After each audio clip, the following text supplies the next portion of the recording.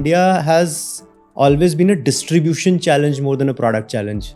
Right. For the longest period. Otherwise, anybody who could distribute better than the other guy was winning so far. Right? So the focus was always, and what would an entrepreneur do? They would always find the edge over others, and if distribution was giving them the edge, product was never a concern. All thanks to internet, quick commerce, and all these new age distribution mechanisms that have come, it has started giving a level playing ground to a lot of other people. And then all of a sudden, every person who actually wanted to focus on product started to realize that, hey, now I can actually think about product, because some part of distribution is solved for me, at least for the first, as I said, a couple of 100 crores, right, as a brand. In our category, longevity is considered to be a very important thing. The longevity of the product is very critical. So what we do is we would ask you for a feedback score in an automated structure after your purchase. Okay. Right? Let's say a week after your purchase. Then we'll ask 30 days and then we'll ask 90 days. So the thought is that if it has gone through 3 to 4 washes and then a feedback comes, it is a much more powerful feedback. So the weightage of that feedback will be more than the one-time consumption feedback. Right. So that, along with the returns, along with the customer care calls that you've got, there is a weighted average model which comes up with a FS, or a feedback score that we call internally. So speed of sale is a very small component of the feedback score, right? So if something is selling very fast, that doesn't mean the feedback score is high. The feedback score will have a speed of sale also, but a speed of repeat sale will have a much bigger weightage. And then, as I said, returns, etc. So there is a formula around that, but that gives a tangibility. So even if it's in its absolute terms, that number may not be very effective, but in relative terms, it becomes very effective, because I am now looking at all my products with the same lens. So at least I know that between these 5 products, this is the best versus the other one. Correct? Right. Because the relative scale is the same for all of them. And they'll have a direct correlation with the customer lifetime value also. So I'd rather take a call of losing business than to take a call of being aggressive with my communication with the end customer. We're the first ones in the industry which started a closed box return, where we said, I'm not even going to open the box and see. Of course, now with time, some tweaks to that are happening in certain pin codes where, the challenges start to become too much. But we're the first ones where we said that we're not even going to let anybody see the product, while you're returning. That was a level of trust, and we used to lose some money there, and we were okay about it. Right? Interesting. Now, of course, certain pin codes have been highlighted, and, we need to take better care. But for us, it has always been that see again, what is the agenda that you have, I keep harping about it. If you start with the objective of spreading happiness in the life, then you work backwards from there and say that, for example, we were told so many times that your box is very expensive, right? Why don't you just make a lesser good looking box, save this much money, it will all go to your bottom line, right? And he said, boss, if you today if you go and you will see a lot of DIY videos online where people are doing things with Clovia boxes and saying, hey, you can make this, you can make that. Interesting. That's the kind of, and the whole intent was that, once she receives the package, there has to be some sort of a aha that comes to her and says, boss, I made the right choice, I think it's very, very critical. And now I am not putting on a lingerie brand hat. I am putting on just a brand hat, where I'm saying that so there are 2 things. One is that my product should communicate what it's offering, and my brand should communicate what it's offering. Right? Both of them might have different, problems to solve, different solutions. Right. But same objective. Correct? Thumb rule as a business is that we don't do any product without a solution around it. So if it is not solving anything, it's not a product worth doing. If you say it's a great design, we'll do it. We say we don't want to do it. Is it solving a problem? If it's solving a problem, then you have a design layer. I mean, why not? And very interesting. And that's why you need, let's say, an Indian brand for Indian customers, and not like a Victoria's Secret in India, let's say.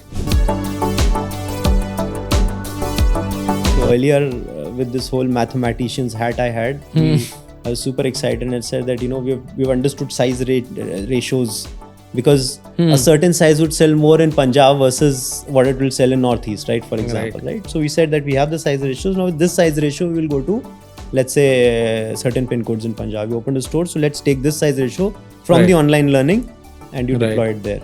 And it backfired like no tomorrow. It's absolutely wrong because the people coming on internet versus people walking in store were two different sets of people. Right. So the people on the internet were probably much younger. Younger people were more petite, they would have a very different size. The people Right. who were walking in the store were probably, age was a little different, right? And then they would have a very different size ratio. And it Interesting. backfired like no tomorrow. Then we started building different data sets for online and offline. So all these are learning cycles where you think something is logically making sense, but it will backfire on you like no tomorrow.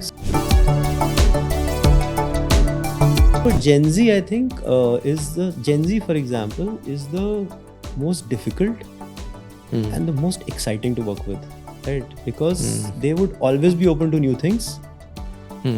And they would always be open to new things. So, so you know what and I always keep saying, right? Earlier the customer used to keep you on your feet, right? Now the customer keeps you on their thumbs. Thumbs, right. So it's you have they are restless. They have a very small window of attention. That is Right. where you have to catch them and present your case. Hope they like you Right. and hope they want to continue their relationship with you, right? So there's a lot of hope involved with Right. Gen Z, right? Right.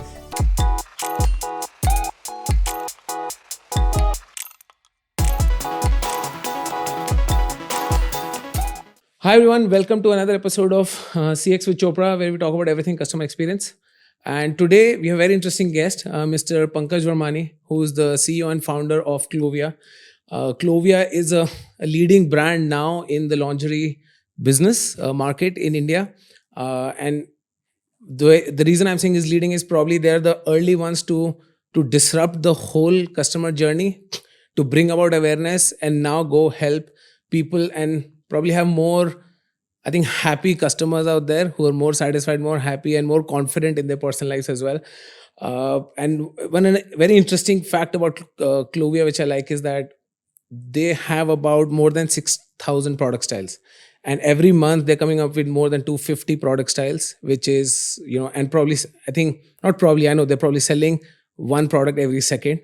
And all of this is a result of a lot of insights, a lot of qualitative, quantitative insights, how they look at more than 1 million product feedbacks, more than 140 million data points, which I read, and how you've translated that into product design, which then translates into, of course, the end result, what we see, the brand that Clovia has become. So thank you so much for joining. Very excited to have this conversation. Thank you. Means a lot. Yeah. So I want to start with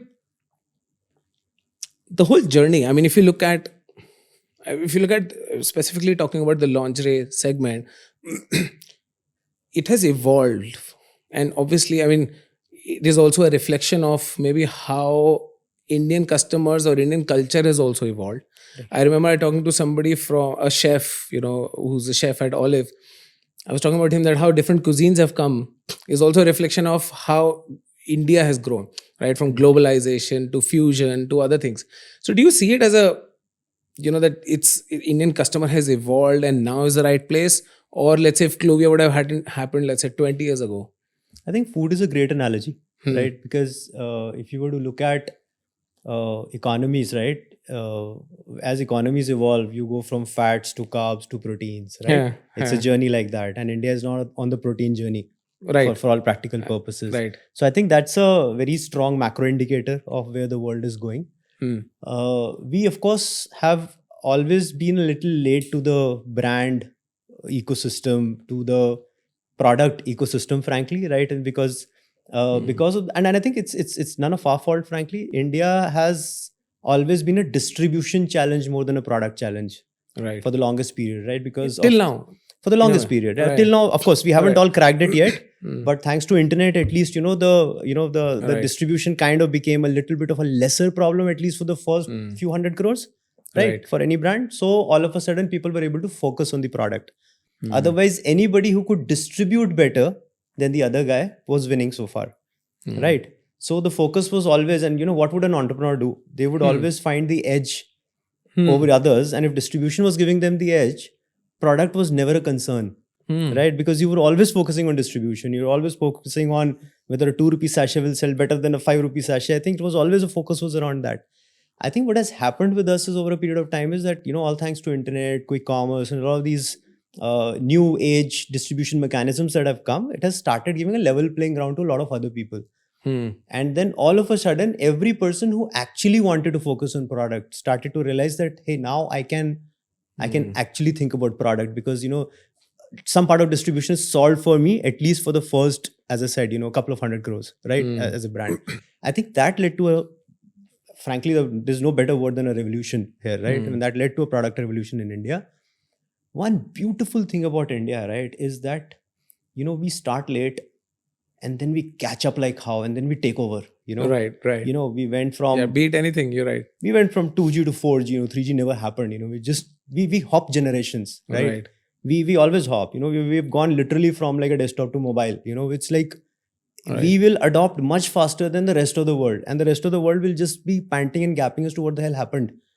Just like T20 cricket also, I think. Just like T20 cricket, just like UPI, we are probably quick commerce. We are probably the most evolved e-commerce in the whole world. I mean, going to Mars, for that matter, yeah. And of course, and man on the moon, fingers crossed. I think so. Moral of the story for us is that we are great at monitoring the world, being a great service economy to them. Supporting them because of our 200 years of weight that we have on our shoulders. The first thought will be to help others, to be nice, service people. But the moment we get hold of what we are supposed to do next, then nobody stops us. Nobody has the guts to stop us, and we just like go past them forever. Today, you go to all the developed economies and compare e-commerce between them and us. We are miles ahead. I have people coming from US, European countries, and grappling, understanding, why are people able to buy banana on the roadside, paying UPI, right? And all of us have those experiences with our friends and family coming from abroad.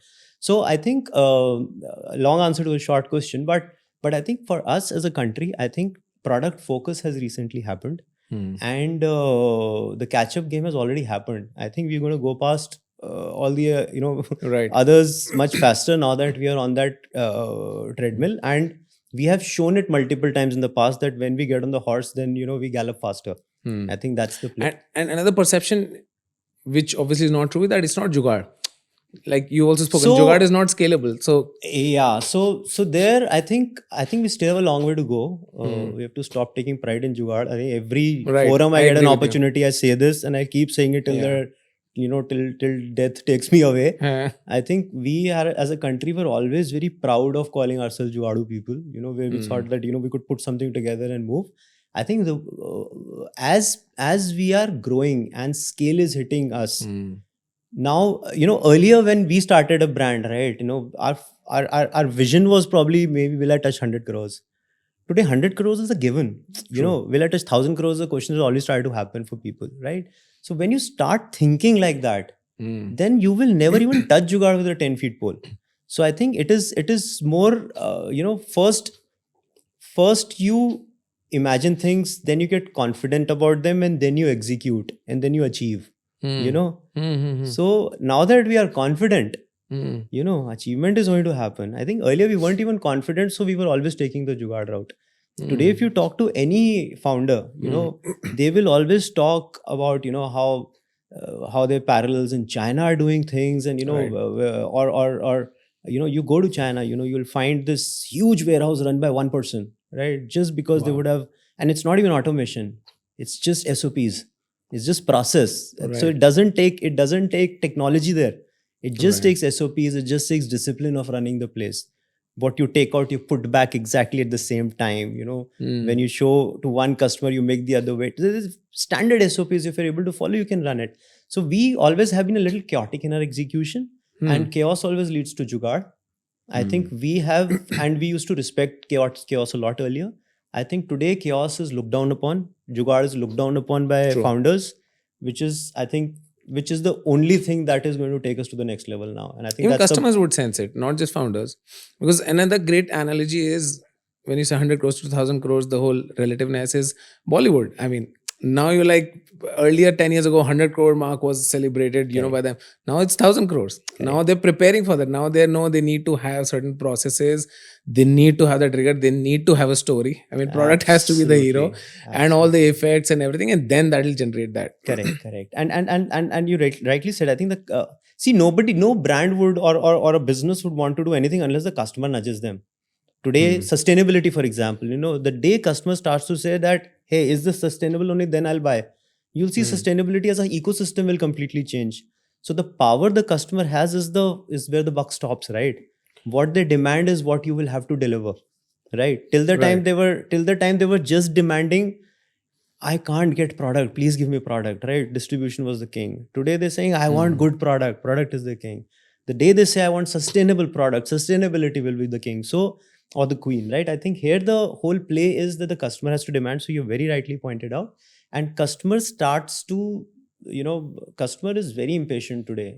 They are spoiled in a good way. And you can't run a Jugaad business and give them the experience that they want. So you're absolutely right. But in a business like lingerie, and I'm sure our whole culture has evolved, but maybe when you started as well, then how do you close the loop, feedback loop? Because like you said, the whole core of Clovia is that it's focused on solutions. I remember I saw one of your podcasts as well. It's more about solving a problem.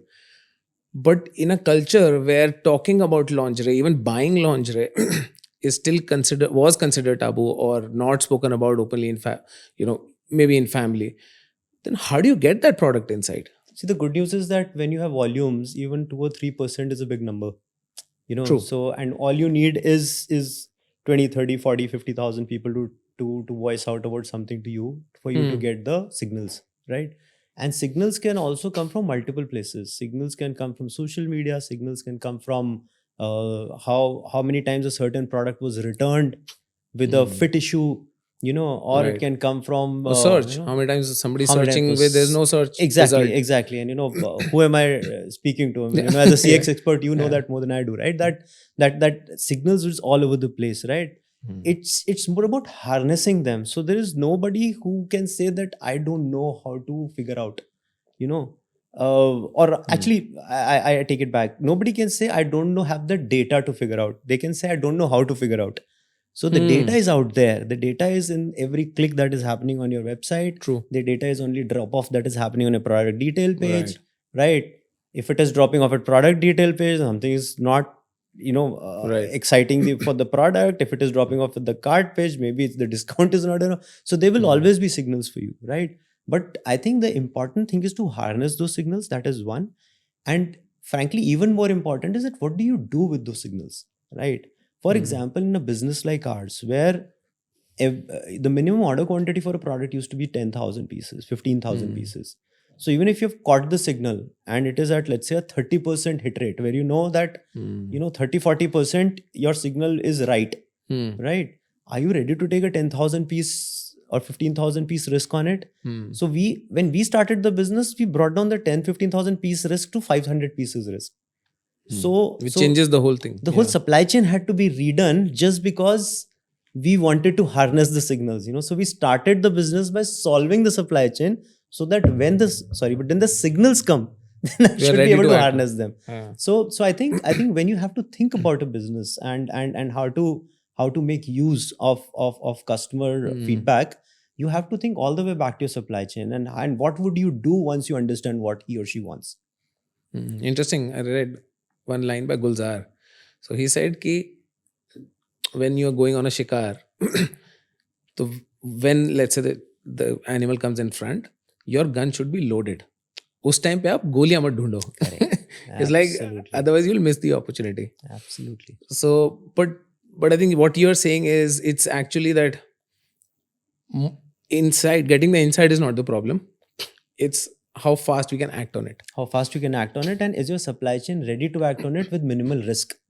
So sometimes you can act on it also, but then you will act on it 3 times, fail twice because what insight that you got may not have been the right insight, right? Maybe you didn't harness it right. And all of a sudden you're sitting on dead inventory, which has taken away your cash flow. Now you can't do anything about your business. True. In apparel business, there's a little bit more complication because 2 bad seasons can literally make a business go bankrupt. Right. That is for a business with 4 to 5 sizes. I deal with a business which is 40 sizes. My problem is at least 8 to 10 times more complex. Right. So for me to think like that, so for me, agility is not an option. It's, if I'm not agile, I will die.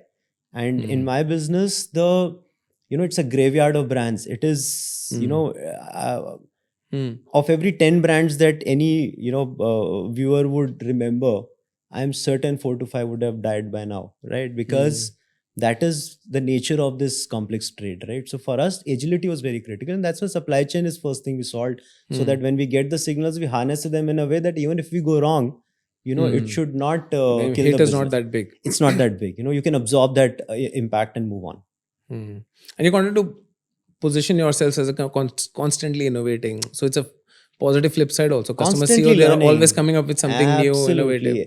A good music video, a good film where, an actress was wearing something which kind of resonated with people has kind of led to searches, and we were able to execute on it in a span of 15 days.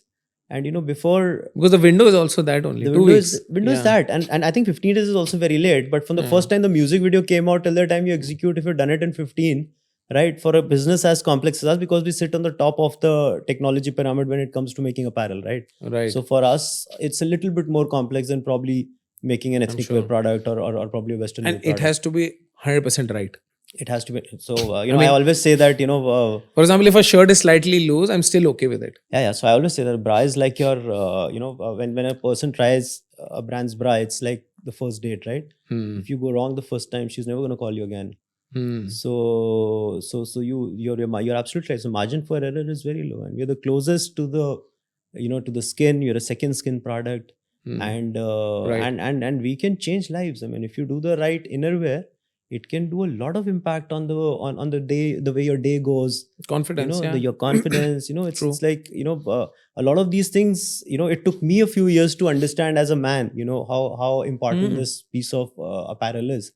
And we're glad that we're in this business. We believe that it can be a lot of good impact on people's lives. In this, one thing is also that, because I remember you spoke about the whole aspirin versus vitamin, right? The whole need versus want. That you want to focus on the need, let the customer come with a problem, and we are happy to solve and give them, rather than building something which is more aspirational. But when you look at from a brand building perspective, because if somebody buys the second, third, fourth lingerie with Clovia, is also dependent on the brand connect. And we'll talk about the whole emotional connect and all those things. So the product has to be right and all those things.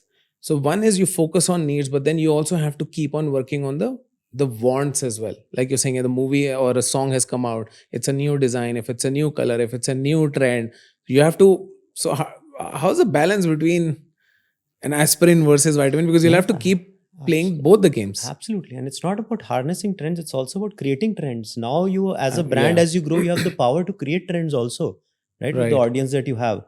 Right. So I'm saying for us, we are in that, by God's grace, we're in that opportunity situation where we can actually, we can set trends, and we can, kind of set trends is not kind of sitting on a pedestal. I'm saying that you can present things to people which you feel could be relevant to them. Correct. And they could adopt them. Right. So you have a good platform to present new use cases to the customer to adopt. Right. So, that's again, go back, when we envisioned, we may not have envisioned a lot of revenue, we may not have envisioned a lot of customers.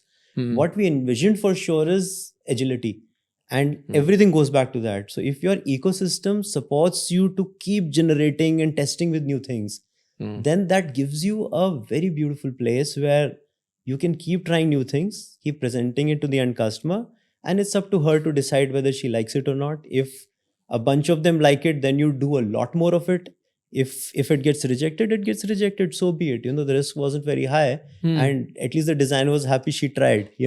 So that's how we look at it. For us, it will always be an 80-20. There will always be this 20% experimentation, which will constantly continue to happen, where we will keep presenting new things to the end customer, which we feel sends the right signals about happiness, which send the right signals about fashion, about style, about comfort, which they may not have envisioned, but we believe it could be relevant to them. So a lot of those things we'll keep trying. So that's part of our R&D, that's part of our DNA, and we continue to do that with lots of with lots of hope in our hearts. Every time that we launch something, the customer will like it. If she doesn't, then then it's not in the end of the world for us, because the risk is low.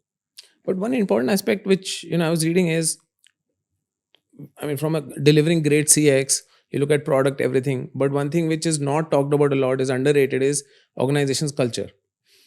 Right? For example, in your case, also would want to know that how do you celebrate failures? Because I remember we were talking about it before this, and then because there's some of the brands which empower their employees to take action then and there. Now that empowerment is directly related to the culture in the organization. For example, I remember if you go to any Taj hotel, that changed my perspective about things, because I remember we were in Goa on a Taj resort. I spoke to this chef. He came on the table. Every day we were chatting with him. We were there for 5-6 days. So I was like, he spoke about, he's like, I've been with Taj for 25 years. I was like, wow, I'm sure you would have got so many other options. Why you stuck with Taj? He said, one thing we were taught early on, which I really resonated well with, is when you go talk to a customer and let's say come back to the kitchen or inside, you're representing the customer. You're not representing Taj. So say if I go back to the kitchen and say, I am representing the customer. Customer wants this. Can we do this? What can we do? And then I'll come back and give you a response. Whereas we'll not do that. Oh, we can only do this. Or for kids, we only have these things. Sorry, we can't. I think that was a great perspective, that how a culture in the organization would impact those things, which obviously would result in things which are not tangible. I can't say the whole experience was, how do I quantify it? There's no quantification, but that hit me at a brand level. Correct. Probably if there's a choice between Taj and Marriott, I'll probably go for Taj. Great example. I think I think everybody talks about core values of organization, right? But I think there's also a step back and say that what is the core objective of the organization? Values are a means to that objective in one way. Correct? So if my value system is this because I want to achieve that. Correct? Our core objective is very simple. Our core objective is happiness for the end customer. It's as simple as that. Is she happy? Is she not happy? Right? But don't you think that, how do you draw the line between being philosophical versus being practical? Yeah, I'll get there. Right? So I'm saying this is my objective. This is where we start from. Now, you can't create happiness for the other people while your people within the ecosystem are miserable. True. I think that's a very, even with you can try to be that dual-natured human being, but that will somehow it will come out. It'll come out. Some way or the other, it will come out, right? We have been very fortunate to have people who started the company as as part of the early team, and they're all there, still there, right? It's not like they don't have better opportunities out there. It's not like and they're very celebrated. The world is happy with the work they've done. But I think it was that whole happiness aspect that we wanted to build in. Now, how do you build that happiness, right? Now, coming from that philosophical to the execution level is few things. One is why does an organization not execute in a way so that there is certain aspect of joy around, right? Is when there is some sort of political angle comes up, pleasing the elders or whatever, the seniors. So the way I look at organizations is there are two kinds of organizations. One organization is which always keeps looking up. Is the guy above me happy with me or not? Right? And then there are organizations, but when you keep looking up, right, you lose touch with the ground. True. Everybody's looking up to the guy above them, right? And then that's the unfortunate reality of hierarchy. And then there's other set of organizations who always keep looking down. Is the person below me happy or not? Right? So, and these are two different thought processes, right? Because if you keep looking up, you will lose touch with the ground and you'll fall. Right? If you keep looking down, then everybody's looking to the ground. So, correct. So everybody's looking to the same thing at the end of the day. So I think the way we tried to execute was very simple, that everybody has to be empowered. Right? And it's a very easy thing to say. It's very, very difficult to execute. Right? Everybody has a voice on the table. Right? Everybody will have the power to make suggestions, and those suggestions will be celebrated even if they are wrong. But suggestion is more important. An Right. idea is more important. And me as a leader will also be gauged by the number of leaders I've created under me, rather than whether my boss is happy with me or not. Right. If you flip the story and you keep doing it like that, all of a sudden you start realizing that my respect in the organization is only if I have created more respectable leaders under me. So that's how we tried to do it. This was the thumb rule that we kind of tried to implement, and that I think so far has worked out very well for us. See, failure is inevitable. Failure will always happen. But if it is from the lack of trying, it's a problem, right? If it is from the, from for any other reason that, you tried and you failed, so be it. I mean, it's happened so many times, right? And we've all been through those cycles in life. I think that's frankly how we believe of how we can execute our ecosystem. So far it's worked for us. Fingers crossed it will continue to work like that. But empowerment can. Other thing that is also important is that at the end of the day, democracy is also a very dangerous thing, because democracy will also slow you down. You'll be as slow as the slowest person. True. As the whole, Yeah, right? yeah. So how do you keep a balance between democracy and autocracy is also very important. So while you keep doing that, if there is no decision making happening because everybody is involved, then somebody has to step in and say, boss, in next 24 hours we have to execute this, otherwise so be it. Correct. Right? So that fine balance is, I think, where the real trick lies, and we continue to refine it. Nobody is perfect, but at least we're trying. And while you're trying new things, innovating, trying to catch signals from the market, I mean, I'm very interested to know how do you go about it, because there's so much data out there coming from so many different channels. Like you have physical stores as well, you have app, e-commerce, it's maybe marketplaces as well. There's so many signals coming. How do you distinguish if it's noise, or I mean, how do you go about doing the prioritization, let's say? It's just first thing is to keep your eyes open. I think it's very important. There are so many young kids in our ecosystem right now. Frankly, what they are consuming becomes the first indicator in a lot of ways. I think that's and I think the most smartest ideas these days in the ecosystem are coming from the youngest.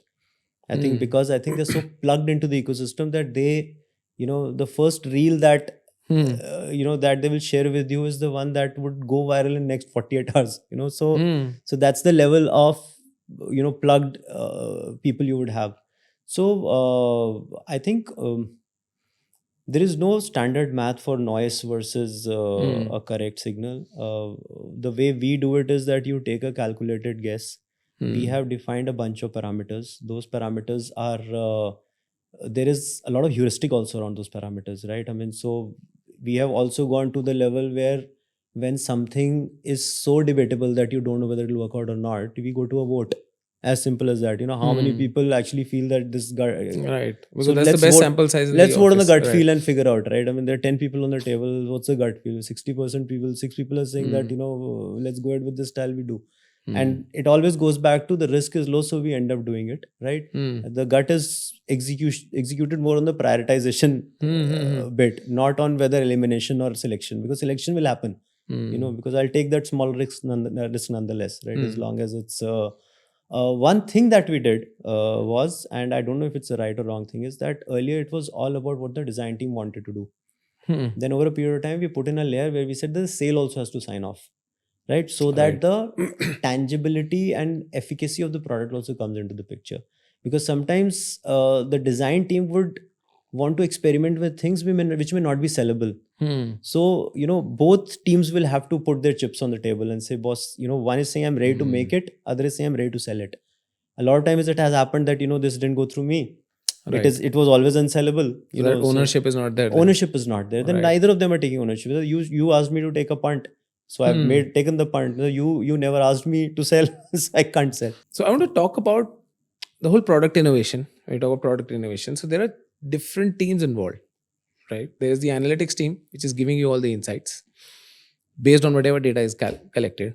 Then there's the design team, which is probably coming up with new innovative idea. And like you mentioned, there's a sales team as well. It will tell you if it's a market fit or not. Now there's a triangle, and the magic will happen if all three are in sync. So how do you maintain that balance? So I think for us, the critical thing is that free flow of ideas should come. I think that's the most critical, right? So rather than trying to identify as to where it's coming from, we say it's open to everyone, and then it's a post facto, post mortem to see whether where was it coming mainly from. So what we have seen is a sizable chunk comes from the design team because they're plugged to the West. There's a lot of learnings that they would have taken, right? So there would be some signals coming from them. There's a lot of signals that come from the sales team, which is also a very big set of people, because set of ideas, because they are on the ground. So they would find something which they say, hey, this can be a game changing thing, although I've seen it only in one of the local brands. And surprisingly, it happens more often than one would imagine, right? Because a local brand would have cracked the local nuance better than than the national guys, right? Now, whether you can catch it and you can figure it out and understand whether this has a global or rather a national impact or not is something where probably design and analytics will together come into place and support you, right? Analytics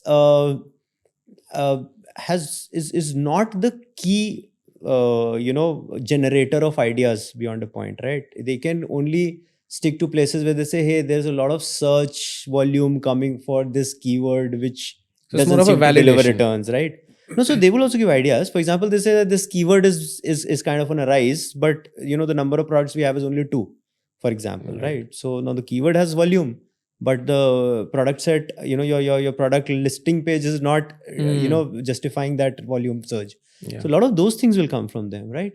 But the role of analytics absolutely flips and becomes most important once the product is launched, because then a lot of those post signals they will kind of capture and say whether all these ideas that were given are success or non-successes, because the product can sell multiple times in the first go, right? Because maybe the shoot was great, maybe it was marketed very well, maybe it was priced very well, but does it have repeats? Does it have a lot of returns? What is the customer feedback score? So a lot of those things all of a sudden become very important. So even a product range selling very fast doesn't mean that it's a successful range, because selling is the easier part. I mean, you have to look at the returns also. You have to look at the returns. You have to look at the customer feedback also. How is the consumption pattern of the customer? There would be how many calls against the product are coming.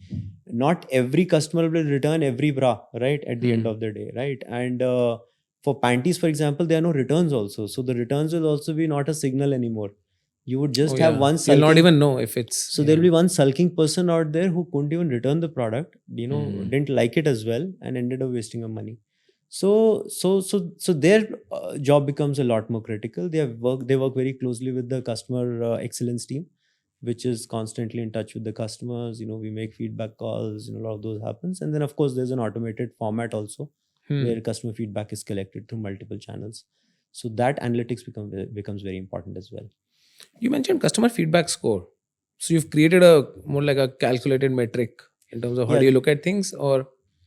So there also it's very interesting, right? So our product it's a consumer product, right? It's a, so for us, the good news is that the consumer and the customer, while in 90s used to be different, the customer was somebody else, consumer was somebody else. Husband would buy and wife would consume, right? So today, at least, the customer and consumer is the same, right? Or the mother would buy and the daughter would consume, right? Today, the daughter herself is, getting up on the internet, or probably, going to the store and buying herself. So, and the other thing is that in our category, longevity is considered to be a very important thing. The longevity of the product is very critical.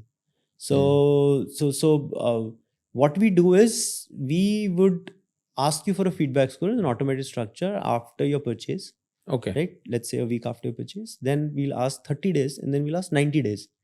So the thought is that if it has gone through 3 to 4 washes, and then a feedback comes, it is a much more powerful feedback. So the weightage of that feedback will be more than the one-time consumption feedback. Right. So that, along with the returns, along with the customer care calls that you've got, there is a weighted average model which comes up with the FS, or a feedback score that we call internally.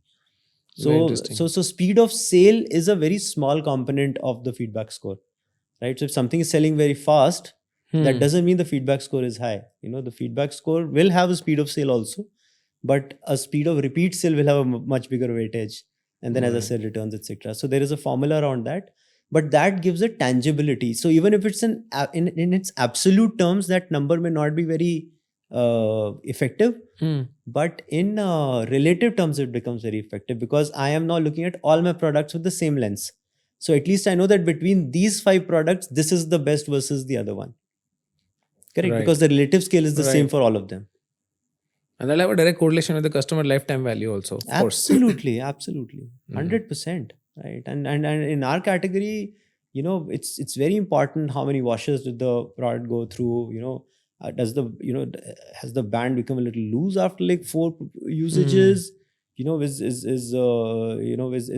the panty intact after like 5 washes? Was the color bleeding, etc., which of course is a regular apparel thing. But the fit has to, so our products, I mean, our thought process is that at least 100 washes has to has to It be has to checked sustain, before for a product to be considered a Clovia quality assured product. So we don't even make those claims, but internally that is the benchmark, bare minimum benchmark that we try to keep. So all that kind of circles back to the so customers experience is an outcome of all these mathematics and left brain, 100%, right right. brain efforts that we kind of put in. Right. Because they can always be leading, lagging indicators, but at the end of the day, numbers will tell you if customer is coming back, buying again, not buying again. Absolutely. So it's a clear indication Absolutely how good the brand is. But then this is good to look at it from which is working well, not working. But then how do you handle low FS scores? Like bad CX. Let's say something didn't really work. Discard. As simple as that. Okay. Right? Yeah. So you'll reach out to the customer. As I told you, we risk. No. So see, what we've already sold, we have sold. Right? I mean, so I can't say that I will. It's not a. You can't. If a product is like 500 rupees, there's no callbacks that you can do. Right. Right. And so the way to do it is that don't invest any further energy around it. Right. There are times when we have absolutely discarded a full range and said that, boss, this we are not selling any further. Right. And we'll probably give it to a NGO or stuff like that, where we said that we're not going to, because this is losing me more customers than getting me more. Right. So a lot of those calls you end up taking, but because the risk, as I said, again going back to ground zero, so the risk is low, so we can take those calls. There is also a concept of sunset, right? So there would be a certain style which has been running for 3 years. So it will go through its sunset now. Then typical product life cycle. Life cycle. So majority of our products, once they go successful, I mean, I have seen sunset or life cycle ending very rare in our category. Yeah, because somebody's finding very comfortable, they don't want to change. Correct. But there are certain cases where it does happen, right? So I don't know, maybe the macros change, maybe, the way the kurtis are stitched now is different. I don't know. I mean, so a lot of those, so nuances. I'm not able to kind of articulate it well, but there are certain cases where sunset happens. In which case, we are always on a lookout. Even the algorithms tell us that, this is going through a downward turn. Not a very complex thing to check. And that is where we start taking those rational calls. That, this is a retirement time has come for this specific product, right? So it's a plaque on the wall, and then you're right. We'll retire it, frame it. Yeah, respectfully. Respectfully. Yeah. But interestingly, because in even in lingerie kind of a business, if let's say there's a customer who's in teens, you pretty much know for the next 20 years what to offer at what stage, different level of personalization which can be done. And there will be life occasions as well. If somebody going from school to college, the whole trend changes. So there's 6 life events that you can articulate. Okay, I would love to know. Yeah, like how do you... So of course your adolescence, right? The whole menstruation. Then your, when you start working, right? Right.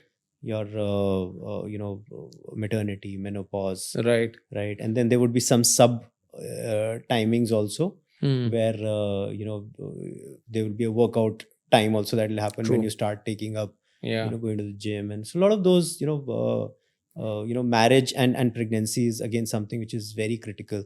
So marriage you would see, because trousseau shopping is, of course, it's when India spends the most. It's a thing now, right? It's a thing, right? And now maternity is again something which we want to focus a lot on. You don't have many options also, like in the market. There are not many options, right? But So the thing is that if you're a new brand and you want to, let's say, set up a brand in maternity, then it's going to be tough for you, right? Because it's a very small span of your life where you're investing your True. entire. So the customer lifetime value will have to be justified, right? But for a brand which is established doing multiple things, right, to kind of double down on maternity is much easier. Because then it becomes a part of the whole, keep them with you, theory that you would have, right? But do you also go ahead and target customers and personalize them, because you know the whole journey? There's a customer or cohort of customers who's been with you for the last 3-4 years, or not, that cohort of customers moving from, let's say, 16-17 years to 20 years working professional. So now let's start targeting with these different We tried doing that. So we tried preempting life journeys, for example, right? So if because we capture anniversary and birthday anyways, right? So we know that she's a 16-year-old buying, it's been 4 years, right? So she's anyways in college now, right? Or by 24, 25, maybe it's plus minus 2 the marriage age and stuff like that, right? It's not a very healthy thing to preempt and start sending those signals. Earlier if you check out some of my earlier conversations like 4 years ago, I was very gung-ho about trying to do things where you preempt and you stuff, show stuff. The way we now try and do is, because you can't say that, hey, there's a maternity wear for you. And she's like, what the hell? That's what, yeah. There's just a thin because I line bought for my marriage doesn't mean that you're going to start sending maternity stuff. So these are again, we are in a very sensitive business. Right. So that's what I'm saying. Thin line between privacy and... Correct. So I'd rather take a call of losing business than to take a call of being aggressive with my communication with the end customer. That is one thing that we have taken as our fundamental as a business, that for us, again, it's interesting. And not even the customer first, it's the consumer first, right? Even if they're two different people, right? The one who is actually consuming the product, it's her comfort that is most critical. We're the first ones in the industry who started a closed box return, where we said, I'm not even going to open the box and see. Of course, now with time, some tweaks to that are happening in certain pin codes where, the challenges start to become too much. But we're the first ones where we said that we're not even going to let anybody see the product, while you're returning. That was a level of trust, and we used to lose some money there, and we were okay about it, right? Interesting. Now, of course, certain pin codes have been highlighted, and, we need to take better care. But for us, it has always been that see again, what is the agenda that you have, I keep harping about it. If you start with the objective of spreading happiness in the life, then you work backwards from there and say that, for example, we were told so many times that your box is very expensive, right? Why don't you just make a lesser good looking box, save this much money, it will all go to your bottom line. Right. And he said, boss, if you today, if you go and you will see a lot of DIY videos online where people are doing things with Clovia boxes and saying, hey, you can make this, you can make that. Interesting. That's the kind of, and the whole intent was that, once she receives the package, there has to be some sort of a aha that comes to her and says, boss, I made the right choice, That's the whole brand experience. Yeah. When product obviously has to fit. Correct. And it's like if opening that box added 30 seconds of happiness to our life, our job is frankly 90% done. Of course, the product will have to speak for itself, which we are confident about.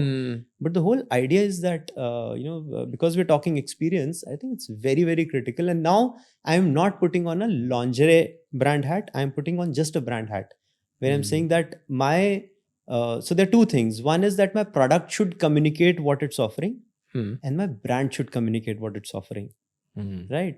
Both of them might have different, problems to solve, different solutions, right? But same objective, correct? Right, because there are different problem spaces. Like comfort is there, correct, but there are other things as well that, like you're saying, return. You may not be comfortable opening in front of a correct. And today maybe it's your first day job, right?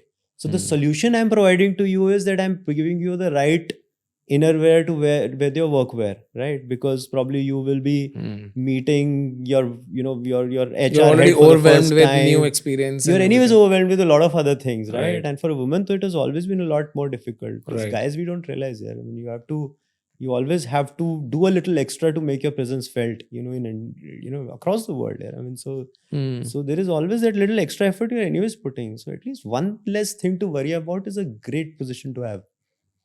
So, at least, we got you covered, literally. So, and that builds brand trust, and especially for like innerwear, yeah, it's very important to have that brand and then trust. it starts to project, right? So we started doing lounge, right? And lounge had the exact same thought process. No pajamas without pockets, because the people who made pajamas without pockets said if she has to go out, keep some loose change or a phone in the pocket, correct, and you're not even providing it, then what service have you done, right? So, right. So a lot of those things, drawstrings, we make sure, a lot of those things which you have to ensure. So interesting, and you have to observe it to actually know the real problems. Absolutely. So our thumb rule as a business is that we don't do any product without a solution around it. So if it is not solving anything, it's not a product worth doing. If you say it's a great design, we'll do it. We say we don't want to do it. Is it solving a problem? If it's solving a problem, then you have a design layer. I mean, why not? And very interesting. And that's why you need, let's say, an Indian brand for Indian customers, and not like a Victoria's Secret in India, let's say. Even barring, let's say, the price. No, so US... Indian challenges are different. How many people live with their in-laws in the US? Right. How many people, have that challenge that my son is now 12 years, 13 years old, so I don't want to roam around braless in the house. Those are the things that they would... So now can my nightwear solve it? A lot of those questions, in an Indian scenario, when you start to put, all of a sudden the problem definition changes. So you're absolutely bang on, and I think, and no third party can come in and understand our culture, as you rightly said. And, it has to be, but can you build it to global standards? I think that is the other thing. Right. And that's the process. We are quality. 98 to 98.5% made in India product, right? Only 1.5% we do outside India, where we want to do certain specialities, which we want to test. And then, of course, then we'll work backwards and see if we can do it in India again. So only new product tests are from outside. Everything is made in India, but we'll make it to global standards, and we are selling outside India a lot. So I do serious business in the GCC countries, across multiple European countries as well.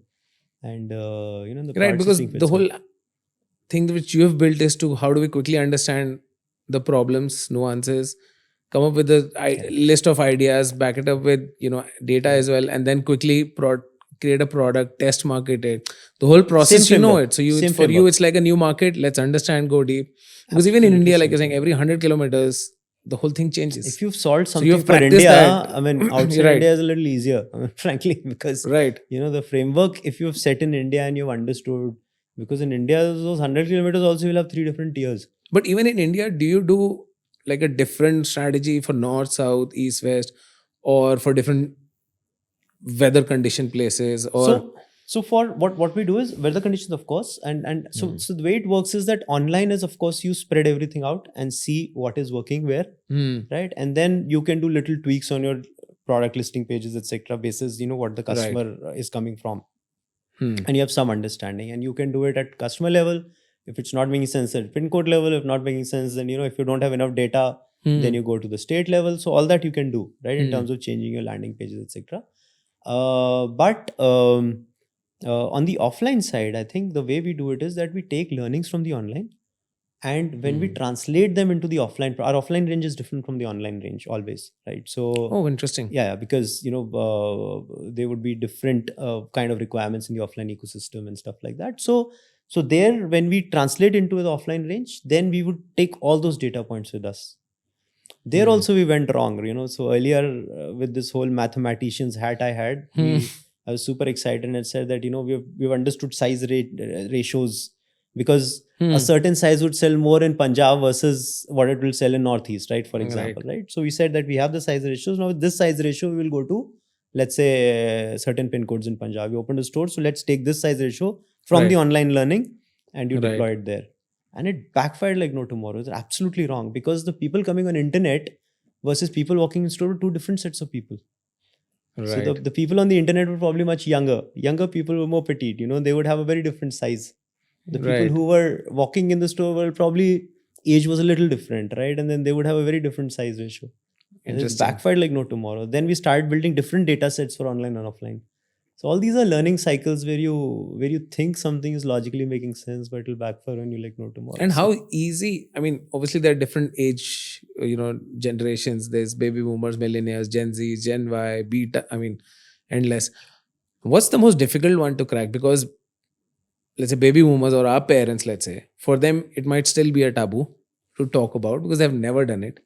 But for Gen Zs, it's like new trends, new fashion. For them, the whole branding or, the So- brand loyalty is very difficult to correct. So for crack. Gen Z, I think Gen Z, for example, is the most difficult Hmm. and the most exciting to work with, right? Because Hmm. they would always be open to new things, Hmm. and they would always be open to new things. So, Hmm. so you know what I'm saying? And you've cracked that. You've cracked the customer for next 50 years in a way. Correct, absolutely. But for Gen Z, you can't ever be sure, right? And I always keep saying, right? Earlier, the customer used to keep you on your feet, right? Now the customer keeps you on their thumbs. Thumbs right. So it's you have they are restless. They have a very small window of attention. That is Right. where you have to catch them and present your case. Hope they like you, Right. and hope they want to continue their relationship with you, right? So there's a lot of hope involved with Right. Gen Z, right? Right. With There's a leap of faith that you go with. They don't buy Colgate, they buy toothpaste. Our generation used to buy Colgate. Correct. Right. So it's a very different generation. But what's exciting is the level of awareness that they have. Right. It is phenomenal. And I think when Neha envisioned the business and and we started working on it, I think it was always a dream that people try to understand this category better. So for us, Gen Z is it's a fresh breath of fresh air, right? Because Right. they are the ones asking the right questions. They are the ones grilling us. Right. But will we be able to keep them forever? You can't go wrong with them even for a day. True. They'll always keep you on your feet, and I think that's And they'll that's be a very good place prompt to be. tell you also, which is the Yeah, good yeah, part yeah, and the yeah. bad part. Very but brutal. very brutal, right? That's why I said the bad part. Yeah. But all for good cause. I think it's a great kind of customer to have. Hmm. The one that keeps you always on your feet. Hmm. No, interesting because it's the whole education, emotional connect with the it's very different for different generations. That how do you build that, like, and the needs demands are different. Like Gen Z's education is not probably that big a thing now, thankfully, but with millennials, and there's still education in tier 2, tier 3. But like you were earlier in our conversation saying, we may think that tier 3 is not tech savvy, but probably they're also very tech savvy on their phone, doing things.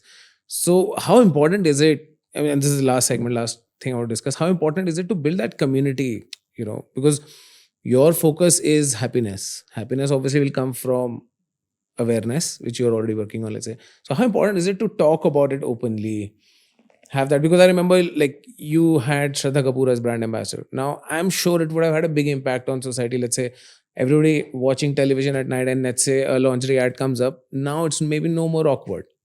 Maybe 15 years ago might have been awkward, let's say. So I don't know, I mean, So see, I think being the first to break certain taboos is always very painful, right? I mean, when you're drilling a tunnel, it's super painful. When others walk through it, you feel that joy, right? I mean, that something good has happened. We were the first ones to actually get a A-lister to be a brand ambassador. Prior to that, certain models had done it for certain international brands, but there was but not India. But within India, there was no A-lister, and and we had been through this struggle for a good 3 years, where we found somebody, and then we realized that the last day when we were about to sign them up, it didn't work out because somebody from the family said it's not something we should do. It's not good for your career. And Like of course, it takes 5 years for overnight success. So I'm sure you've gone through all the hats pains. off to Shraddha Kapoor that she, she said, boss, this is something that we should talk about, and it's just so gracious in how she executed it. All of a sudden, it opened a lot of doors, and post that, of course, it's been a flurry of people who have, because once the taboo is broken, right, so and everybody you see wants that to it's jump, rub off well on everyone, then all of a sudden it opens doors for everyone. So for us, I think we will always take a lot of joy in the fact that we wanted to break those barriers. We've been able to do it. We have had situations where our hoardings were brought down, where they said that innerwear Really? hoarding. But next to it, there is an underwear hoarding. And, everybody's happy about, a Alright. Bollywood superstar Alright. showing underwear. Salman Khan You in know, a boxer. all good Bollywood stars. And then there is, and then when there's a hoarding for a women's innerwear, you have problem, right? We have had taken down from metro trains where they're saying, it's not in a metro train, in a tier one, you're in saying. a women coupe also, they're saying that this is, not good for people's sensibilities. It's all right. I think it's okay. It's a change also. So it's a change. yeah. So we have not fretted it or we said, boss, what is this? It's fine. It's part of evolution. We have never tried to be sleazy. We have never tried to be hyper sexy or anything which actually is not a good impact, right? I mean, we have always stayed within the boundaries of communicating a product and its importance. And we'll continue to do that. I think the whole idea is to continue to keep breaking barriers. What we take immense pride in is that, there were a lot of firsts that we were able to pull off. And then there's a lot of, then people, kind of walk that road and whatever we wanted should happen in the industry is happening now. Today, there are kids who are, going online, buying themselves, buying for their mothers, my mother shops from Clovia. My mother shops online from Clovia, right? And no better joy than that to be seen. I'm sure it's happen. Your objective is happy customer. That gives a lot of happiness back, right? It's like absolutely. And just the fact that, people are openly, right. It's just another apparel at the end of the day. True. What's the brouhaha about, right? Right. Yeah. Oh, great. Awesome. Thank you so much. I mean, if I have to summarize it, it's a great, example of how do you get to the right CX where you stay true to your objective. Like you said, happiness. Because one thing which really clicked with me was, like you said, I'm happy to lose certain business, but I'll not do over communication or not cross that line, because for you, customer's happiness is the objective through product and through the experience as well, be it the whole return boxes. I know on a website you have that privacy mode as well. So understanding, what are those problem spaces in product as well as the whole experience around that product. Because typically what I've seen is some of the brands would focus on the product, but they don't focus on the experiences around the product. So that's, very inspiring, interesting. So thank you so much. I loved it. And thanks for coming on the show. This was super fun. Thank you. Thank you. Thanks. And thanks for watching, and do like, subscribe for more such interesting episodes. Thank you.